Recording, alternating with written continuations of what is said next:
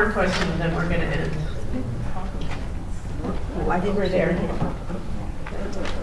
You can probably hear me anyway. The gentleman from WNYC, the media is under attack, obviously. What can we do? The example you gave when you aired that tape recording of the shenanigans that were going on in the sheriff's office, and it cleansed that whole department out. That's an example of what light in a closet can do. What can we do to help the media do their jobs? And because obviously the politicians don't have any gumption, and it's not very much of a jump for most of us sitting here to listen to these detention stories and all of this stuff that's going on, to think back during the Second World War, what was going on in Germany. I'm sure a lot of people said, well, what can we do? You know, this is the law. This is what the Nazis are doing. Sure, that's a great question. I mean, the first thing, in terms of the media specifically, I think the first thing you do is support legitimate news outlets like WNYC. You call 188.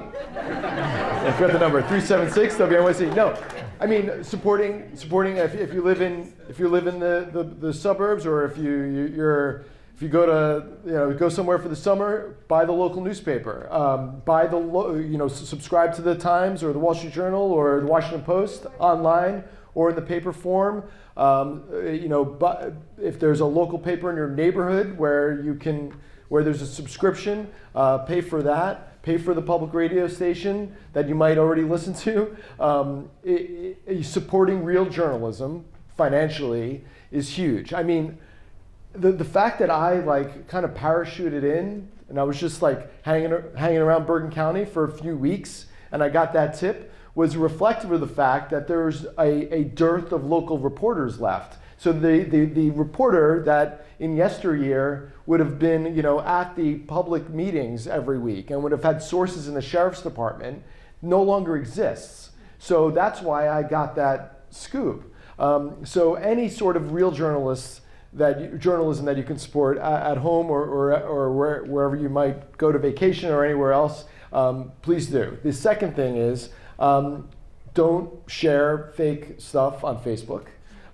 If you see something that seems a little bit too good to be true, or it's from a URL that you've never heard of, don't share it. If your cousin posts something that seems a little off, and you have a couple of minutes to search that fact on the New York Times site, or search it on Google and look for a legitimate source that comes up, like a Washington Post or an NPR or a New York Times, then post that in the comments and say, please don't share this. This is false. The top 10 most shared stories about the caravan last week on Facebook, the top 10 were from news outlets that had 0 reporters in Mexico with the caravan, or in Central America with the caravan. And they were from Breitbart and InfoWars and some conspiratorial sites.